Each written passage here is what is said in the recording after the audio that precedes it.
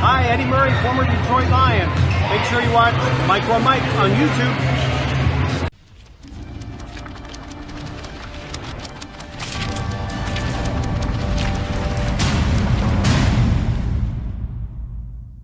What's going on YouTube? This is your boy Mr. Micro Mike, and today we're going to talk about the matchup between the Detroit Lions and the Philadelphia Eagles. We'll analyze it. I'll go from position to position as well as give my final thought, what I believe the score is going to be. Before I get into that, if you have not subscribed to my channel, please do so. Hit the bell for all my notifications and leave me a comment.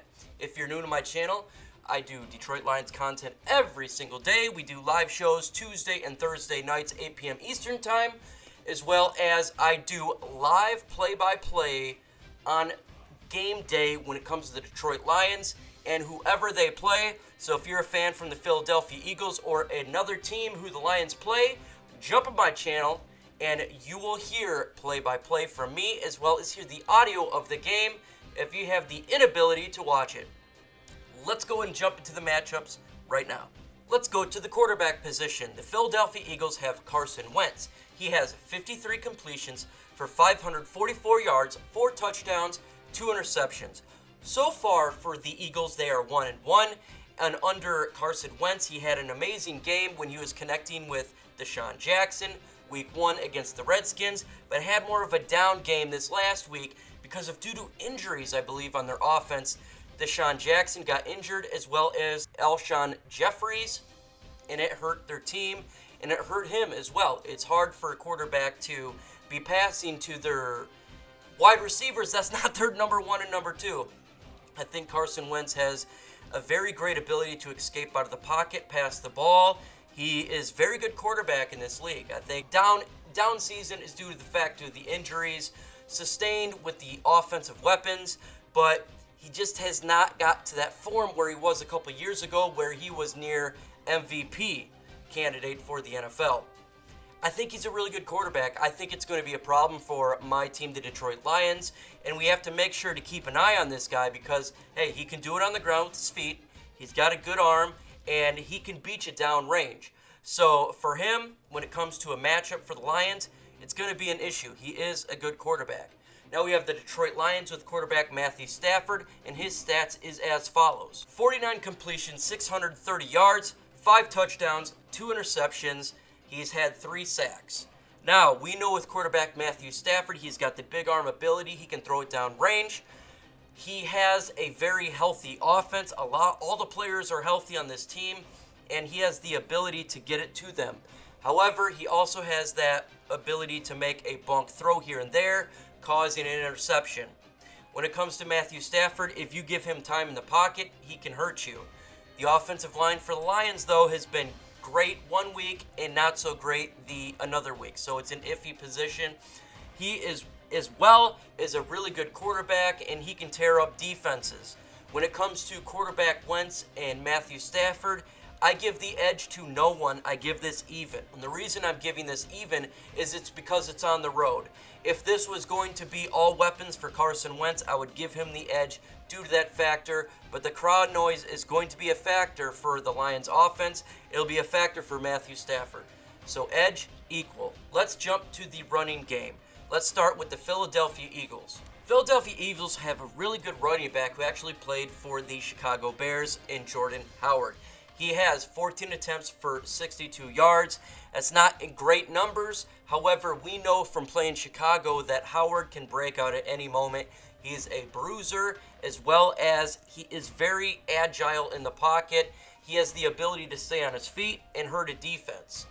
And he's going to be a problem for the Detroit Lions, as for whatever reason this year, our run defense has not been top tier like it should be, like it did when we got Snacks Harrison last year. So Jordan Howard is going to be a problem.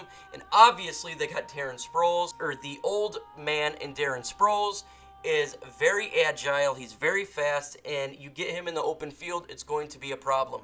The Detroit Lions, on the other hand, has Kerryon Johnson, who has 28 for 90, and we have Ty Johnson, who is 6 for 36. Now, Ty Johnson basically just started his role as we just released C.J. Anderson from the Detroit Lions, so Ty now will be the primary backup.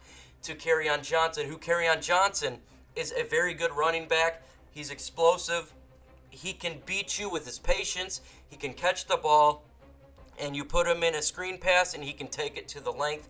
Same with Ty Johnson. He has the ability as well, as he is very fast, and he can take it, as well as strength in the pocket, agile, and he's patient for the hole. This is going to be a good 1-2 punch for the Detroit Lions, but the question is the offensive line and opening up the hole. When it comes to these running backs, I'm going to give it again an equal rating. I give no edge to either running back just because, again, the offensive line for the Lions is iffy, and right now with the Philadelphia Eagles, it's kind of the same situation. So, edge, none. Let's go ahead and jump to the wide receiver position. Let's start with the Philadelphia Eagles. They have wide receivers Deshaun Jackson, Alshon Jeffries, and folks, they are injured, and there's a good chance that Alshon is not playing, as Deshaun Jackson has already been ruled out. That is a huge blow to the Philadelphia Eagles. The wide receivers that they will be putting out there going to be Nelson Aguilar, who is a very good wide receiver, though, in my opinion, and Hollins is a wide receiver. This is definitely going to hurt their ability in the pass game, and I feel that not having their 1 and 2 is a big-time negative for that offense. It's going to hurt them. The Detroit Lions obviously has Kenny Galladay and Marvin Jones Jr. and Danny Amendola. They are perfectly fine. They are in perfect shape. They're not hurting, and they're doing well on offense. Right now, with the ability of Marvin Jones going down range, Kenny Galladay being that individual who can strike at a moment's notice and catch the ball that comes his way anywhere near him, and Amendola on the third down ability, I give the edge to the Detroit Lions by 1.5. Again, this is due to the injury concerns with the Philadelphia Eagles wide receiver corps. Unfortunately, the bug has hit their team, and it's going to be bad for Carson Wentz to try to get the ball to their other wide receivers. Nelson Aguilar, though, is the individual they got to pay attention to, and we need to match up well with him and Darius Slay, as he will probably be their number 1 target for the game. Advantage, Detroit Lions. Let's go to the tight end position. The Philadelphia Eagles has Zach Ertz, who is a very good tight end in my opinion. He's not had a whole lot of big stats this year, but you can be guaranteed with those 2 top targets out for the Philadelphia Eagles, they're going to use Zach Ertz for that spot. And the Lions need to get better at the linebacker position to stop that tight end. This is the individual that's going to get a lot of targets in my opinion, and he will have a good game. This is the guy we need to pay attention to, and he's going to have a good game. However, the Detroit Lions has TJ Hockenson as well as Jesse James. These guys are the real deal. TJ Hawkinson's a beast. Week 1, he had 130 yards for a touchdown. Second week, he wasn't so great. However, Jesse James made big-time plays in the second week by getting a first down to win the game. This is going to be a problem for the defense of the Philadelphia Eagles. I do have the Lions having an edge, though, of 0.5 because I really do like Zach Ertz. The Detroit Lions, 0.5 on this issue. Let's jump to the offensive line of the Philadelphia Eagle. The Philadelphia Eagle actually have a fairly good offensive line. Their offensive line is stout. They can open up the holes, and they can protect Carson Wentz. The issue, though, is with Carson Wentz is he going to stay in the pocket or run around? But still, I really, really, truly do like their offensive line. They have really good pieces on that offensive line. They drafted well, and per PFF, they rank them as the number 1 offensive line. I wouldn't know if I'd say if they're the number 1 offensive line, but they are a damn good offensive line. And it is something that our defensive tackles and defensive end are going to have to deal with. We have not had a whole lot of pass rush so far this season through 2 weeks, and we're not doing as good as we should when stopping the run. When it comes to the Detroit Lions offensive line, week 1 left tackle Taylor Decker was really bad. Week 2 we had Terrell Crosby in, and we had 3 sacks given up week 1 and 0 in the second week. We have the ability to hold for a little bit and open up holes just a little bit, but not good enough. I give this a massive 2-point advantage to the Philadelphia Eagles on the offensive line. But again, it all comes down to injuries. I know they have one of their tackles that was injured, and I'm not 100% sure if he's going to play or not, but right now, advantage Philadelphia Eagles on the offensive line.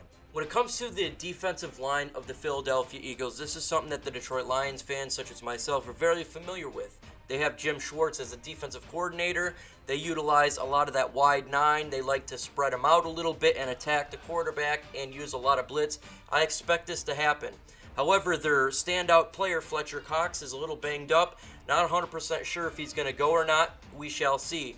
But I do believe they're going to give us some of the fits, and I believe we're going to have some pressure put on our offensive line to get to Matthew Stafford. They're not performing the way that they should be so far in 2019, but I do expect them to get some of theirs. When it comes to the Detroit Lions defensive line, they have not been getting to the quarterback as much as they should be. And our stopping the run ability has not been as effective as it should be as well. I think it has a lot to do with conditioning, but we have players who can stop the run. I do expect them to get better from week to week, and I expect them to be a little bit better this week against the Philadelphia Eagles in regards to stopping the run. However, I do feel that their offensive line of the Philadelphia Eagles is going to negate a lot of this pass rush. So for us to get sacks or get after the quarterback, there's going to have to be some blitzes with our linebackers. I do give the edge right now 0.5 to the Philadelphia Eagles defensive line compared to ours. Let's jump to the linebacker position. And now this is the position that it's going to be paying a lot of attention to, because we're going to be running as the Lions a lot, trying to get Kerryon Johnson and Ty Johnson the ball. They have to get past the defensive line, and their linebackers are going to have to stop the run. They're going to have to stop the tight ends and make the ability to stop on third down. Now, they're having a mixed reaction in Philadelphia. It's an up and down so far when it comes to their linebackers. They do have some good studs on that team, and it's something we're going to have to pay attention to. And same with our linebackers. We have Tavai, we have Kennard, and we're not 100% sure if Davis is going to play. So it all depends on the injuries of Davis and how our team goes. Right now, I'm just going to make it a draw because there's just too much question marks with the injuries sustained as well as the injuries to the defensive line of the Philadelphia Eagles. You've got to have a good defensive line to help out the linebackers. So right now, I'm just doing draw due to there's just too much question marks right now to make a prediction of how that's going to go. Secondary of each team. The Detroit Lions have a really, really good secondary when it comes to Darius Slay. He is big play Slay. He got beat a lot last week. However, he came in time to make the interception to end the game. We have a really good number 2 in Rashawn Melvin, who is really taking on wide receivers like we haven't had in a while that can help out Darius Slay. And our safety position of Diggs and Walker is a really good young duo who's starting to make noise in this league. Walker had a down week last week, or the week prior. He did very well. And I feel they're going to make more plays again with the lack of wide receivers and injuries of the Philadelphia Eagles. The Philadelphia Eagles, on the other hand, have Rodney, Malcolm Jenkins, who we all know. They have Sidney and Maddox. They're individuals that can make plays. We know what Malcolm Jenkins is. He is an individual that can really make some plays as well and get the ball turned over. As this is something that our wide receivers got to pay attention to, as well as Matthew Stafford, and not throw the interception like he did last week. Don't assume that it's going to be something easy and he's simply going to beat them every single time. That would be a mistake. However, I just feel when it comes to our secondary, it's a little bit better. I give the Lions a 1-point advantage via secondary. Let's jump to special teams. Special teams right now, bear none. I don't even have to explain to you about who is going to win this. I give this a +2 for the Philadelphia Eagles because the Detroit Lions special teams has been a hot mess when it comes to returning the ball, flags, and missing field goals last week.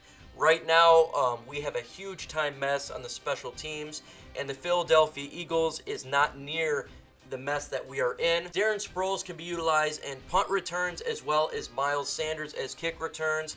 We know Darren Sproles, man, he's been in the game for a long time, and he's fast and he's speedy. And right now, man, our special teams is such a mess that they have a giant advantage. There's not even really a point to really break it down that much, just because we know as Lions fans how bad our special teams been.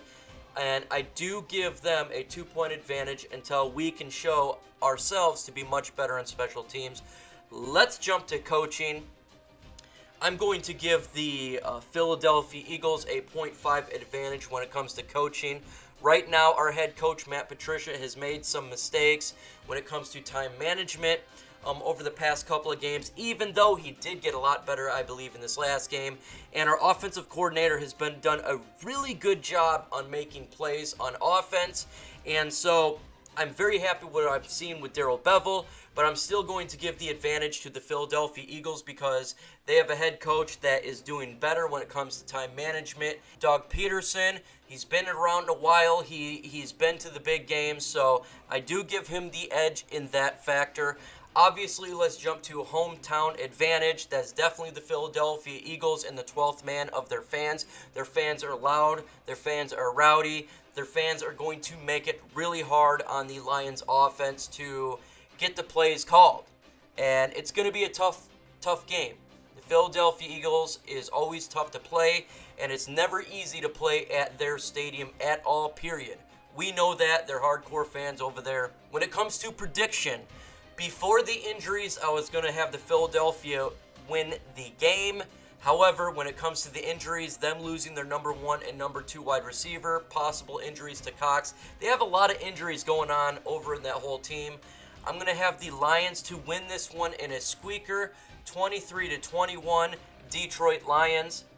Folks, thank you for taking the time to watch my video. Again, if you're fans from other teams and you have the inability to watch your game, jump on my channel. I do play-by-play on Sunday, and you'll be hearing the game live as well. With that said, folks, tell me your predictions. Tell me what you think is going to take place, and let me know. Adios.